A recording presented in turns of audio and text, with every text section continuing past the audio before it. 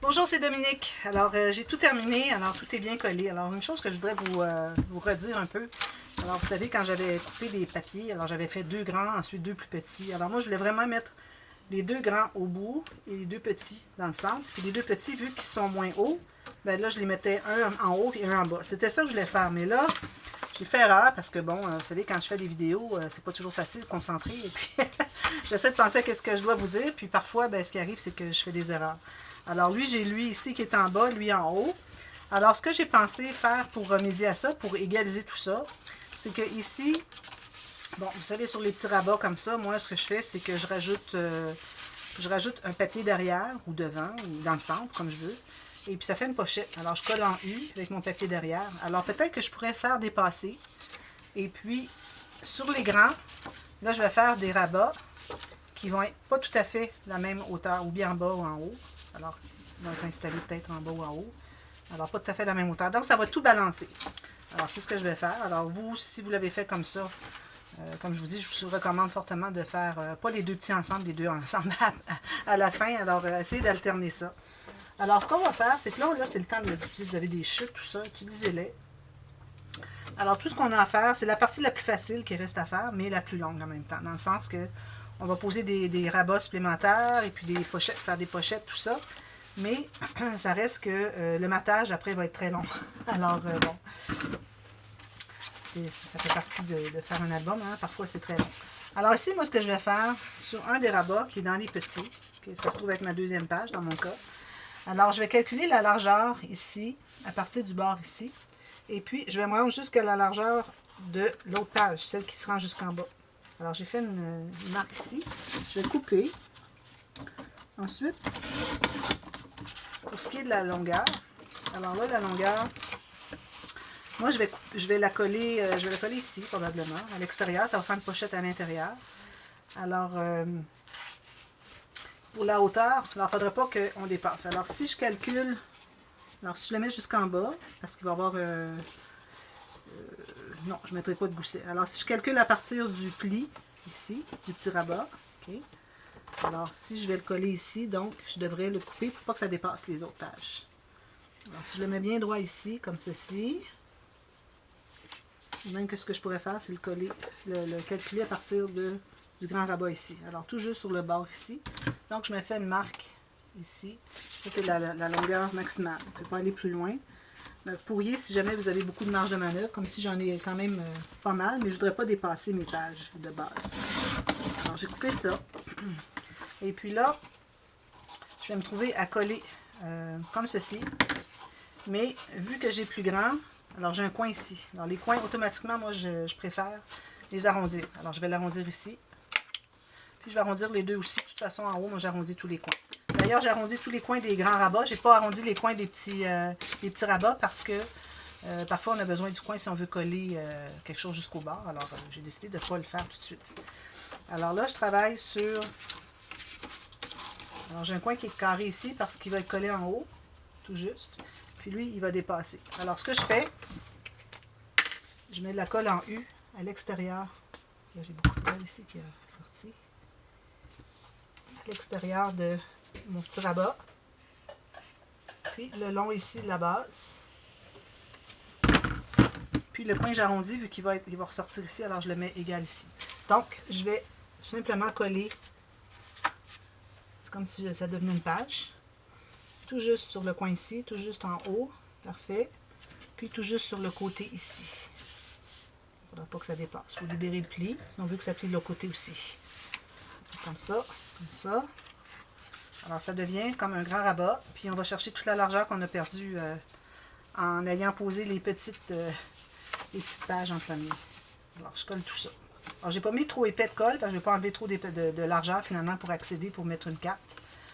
Alors, mais quand on a des grandes pages comme ça, c'est moins pire que quand on a un petit album 15 de haut. Alors là, si on veut mettre des photos 10 par 15, alors on peut pas. On perd toute la largeur pour entrer la photo. Alors, il faut vraiment avoir les petites bandes de collage qui sont rabattues derrière. Mais là, moi, j'en fais pas ici parce que c'est vraiment là, un album simple. Alors, assurez-vous d'être bien droit. Il était peut-être un petit peu pas tout à fait droit. C'est bon.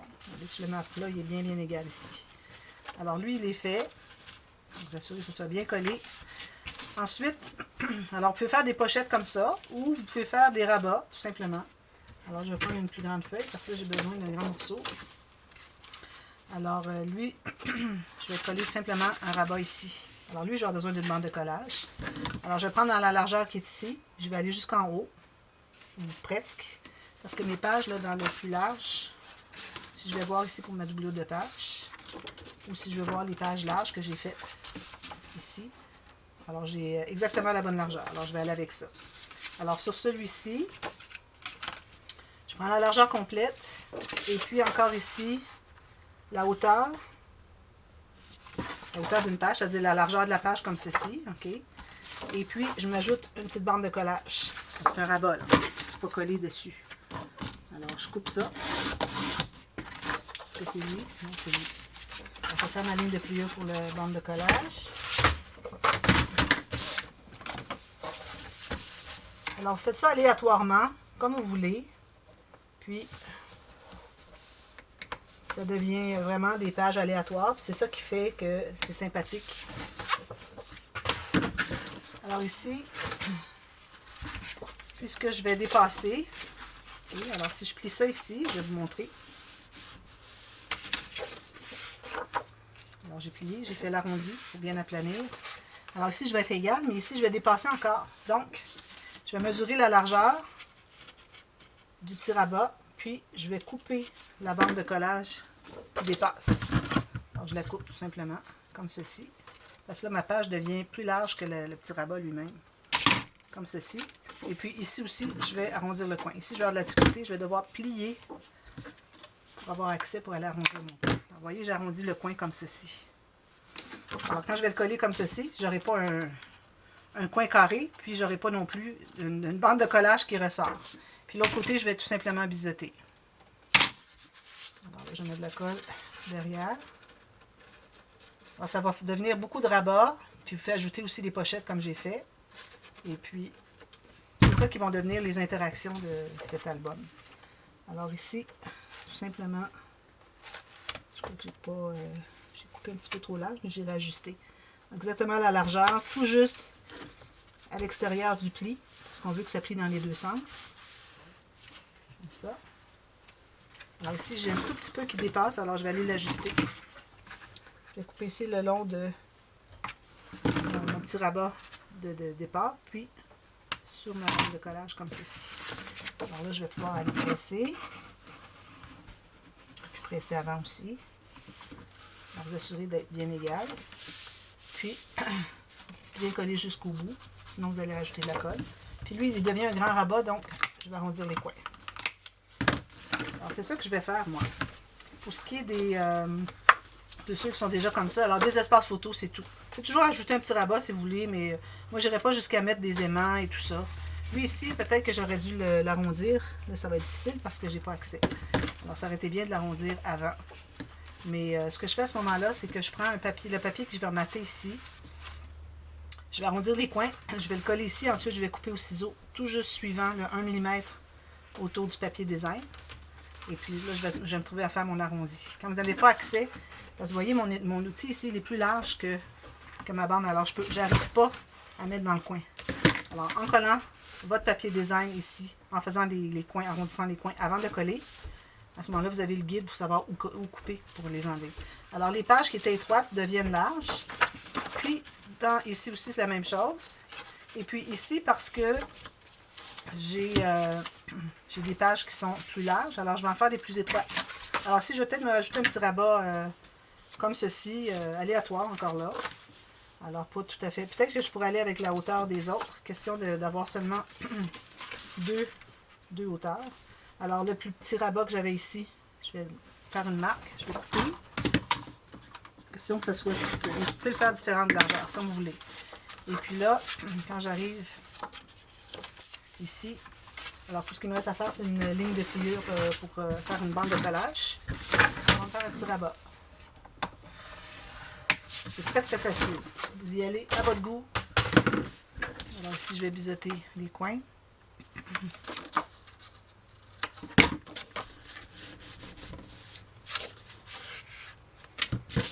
Je vais arrondir les coins tout de suite. C'est un rabat. Quand c'est des rabats, ça devient tout de suite les coins arrondis. Sinon, ça se détériore, ça s'arrondit, puis ça brise un peu là, la qualité de votre album. Toujours arrondir les coins. Au début, moi, je les faisais, quand j'ai commencé il y a 5 ans, 6 ans, je les faisais à main, mais je trouvais que c'était vraiment pas régulier. Je n'aimais pas vraiment. Alors, j'ai décidé que je les faisais, je m'étais acheté un poinçon pour les coins. Alors là, je le mets à l'intérieur parce que on a de l'espace à l'intérieur. Hein? On a quand même 6 mm. Alors, on peut ajouter un rabat, certainement. Une pochette, comme vous voulez. Puis à l'extérieur, peut-être j'en ajouterai un. Alors ici, j'ai ajouté quelque chose. Ici, j'ai rien ajouté, alors je vais certainement ajouter un autre rabat. Peut-être un grand ici. Mais encore là, pas tout à fait la hauteur, mais je vais l'amener qui est en bas, qui n'est pas égal. Je vais prendre un autre. Ça, c'est pas assez long. Alors, je vais prendre la même largeur que celui que je viens de faire. Même chose. Il peut être peut-être un petit peu plus grand. Je viens de faire, il est ici. Comme ça. Puis là, aléatoire, la largeur que je veux. Comme ça. Je me fais une ligne de pliure. Là, je ne vous donne pas de mesure parce que c'est vraiment à votre goût. Puis on n'ajoute aucun gousset. Comme vous voyez, il n'y a jamais de gousset de rien. Ce ne sont pas des interactions, ce ne sont que des rabats et des pochettes. Les goussets, peut-être qu'il y en aura un. J'aurai peut-être une pochette boîte à l'extérieur parce que j'ai vu dans mes chutes, tout ça, que j'avais un petit cahier. Cahier journal comme ça. Alors, je vais peut-être faire un cahier journal dans une pochette boîte ici. Alors, vous allez l'avoir vu, vous, au dévoilement. Alors, si vous voulez la pochette boîte, savoir comment la faire, ben, vous me le direz, puis je vous le ferai. Alors, ici, je vous donnerai le lien pour le faire. Alors, ici, encore là, j'ai de l'espace ici, mais on en a aussi entre les pages. Alors, on peut y aller de chaque côté. Vous avez de l'espace pour ajouter des choses de chaque côté, comme vous voulez. Alors, moi, je vais le mettre à l'intérieur. Lui, je l'ai mis à l'intérieur. Alors, je vais peut-être le mettre à l'extérieur. Question de faire différent. Alors, lui, je l'avais collé en bas. J'avais laissé l'espace en haut. Donc, lui, je vais le coller en haut. Laisser un espace en bas. Question de faire tout mêler. Alors là, le fait que j'avais collé les mauvaises pages au départ, on ne verra plus parce que tout va être corrigé du fait que j'ai ajouté des rabats de... Oh, je ne l'ai pas coupé, lui. J'ai ajouté des rabats de toutes sortes de formats, coller derrière, coller devant, faire des pochettes, tout ça. Alors, ça fait que ça devient tout égal. Alors, parfois, c'est ça qui arrive quand je fais des erreurs. Une bonne façon de rectifier, c'est de refaire à l'envers de ce qu'on avait fait comme erreur, plus loin dans l'album, de refaire la même chose, mais en contraire. Alors, c'est ce que je fais ici. Alors, les pages que j'avais trop courtes, je les ai allongées avec des rabats plus larges. Puis les pages que j'avais larges, j'ai ajouté des rabats plus étroits pour faire comme si c'était devant. Alors, ça va devenir tout égal finalement. Alors, vous y allez comme vous voulez, puis faites aller votre imagination. Ensuite, ce qu'il vous reste à faire, le matage. Alors, pour ce qui est des couverts, faites ce que vous voulez. Alors, moi, j'ai une pochette boîte ici pour le cahier. De l'autre côté, je n'ai pas décidé encore. Peut-être un rabat avec un petit fermoir aimanté. Peut-être. Je sais pas. Peut-être ici j'aurai une grande poche, mais en même temps, une grande poche, j'ai pas tant d'espace. J'ai 1 cm environ, alors il ne faudrait pas que ce soit une grosse poche. Alors, tout ce qui vous reste ensuite, c'est de mater. Alors, moi, la façon que je fonctionne, comme j'avais expliqué dans les petits tutos que je faisais verbal, quand je présentais les albums que j'avais fait dans ce style. Alors, je commence par coller une carte. Alors, supposons que je colle une carte ici.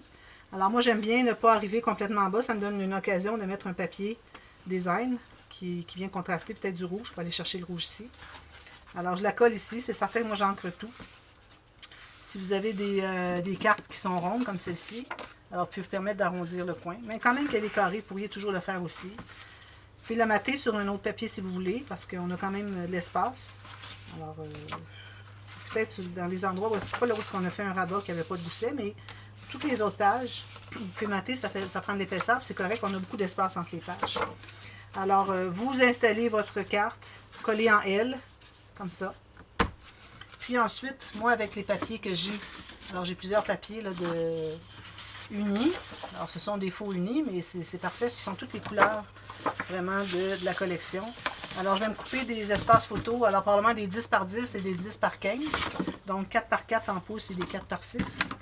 Et puis, je trouve que ça fait des occasions pour pouvoir... On peut mettre une petite photo, on manque le bas. Et puis, des incrustations tout le tour, on peut faire un petit journaling. N'oubliez pas d'ajouter toujours des espaces journaling. Peut-être là où j'aurai les plus petites cartes, je mettrai des papiers 10 par 15 ou 4 par 6. Et là où j'ai les plus grandes, vu que de toute façon ça cache la majorité de la photo, je mettrai des plus petits espaces photo. Puis on peut toujours en ajouter aussi derrière ou ajouter un petit coupon. Des petits tags, là, on en a beaucoup, hein, il y a tout ça. Puis il y avait toute la feuille que j'avais tout à l'heure.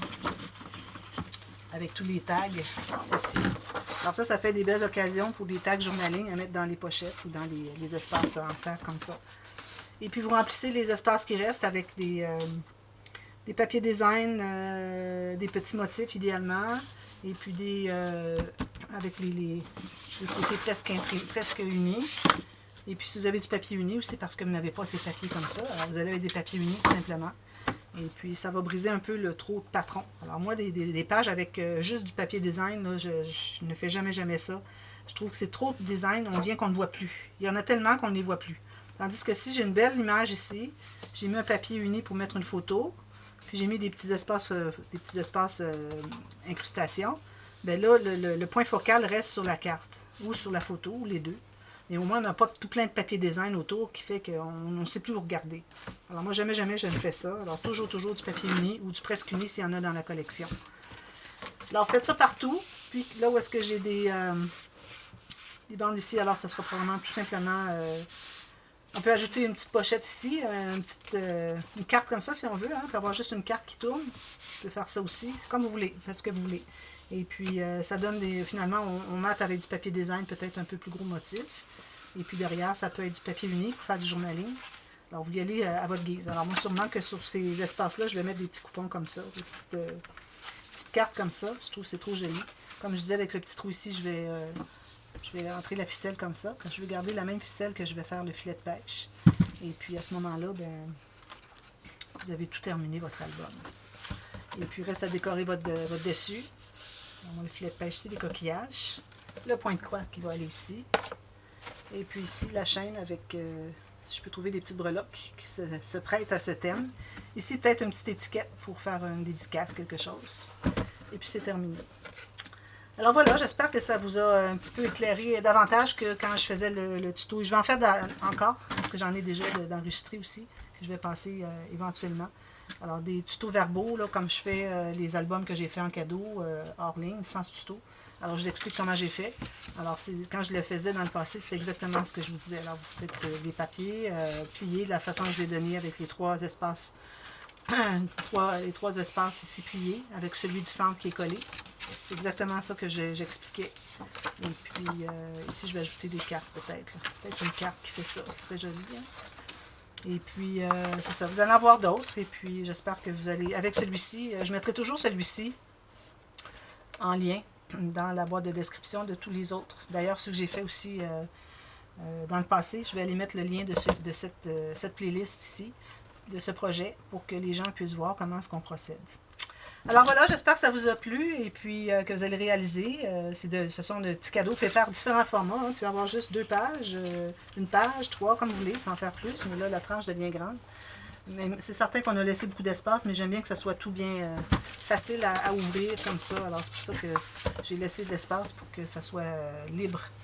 Alors, vous pouvez faire à votre guise comme vous voulez. Vous y allez selon votre inspiration. Et puis, je suis certaine que ça va vous donner de jolis résultats. Alors, si vous en faites, envoyez-moi des photos. Les gens m'envoient souvent des photos. J'aime bien voir ce que vous faites à partir de mes séries de tutoriels.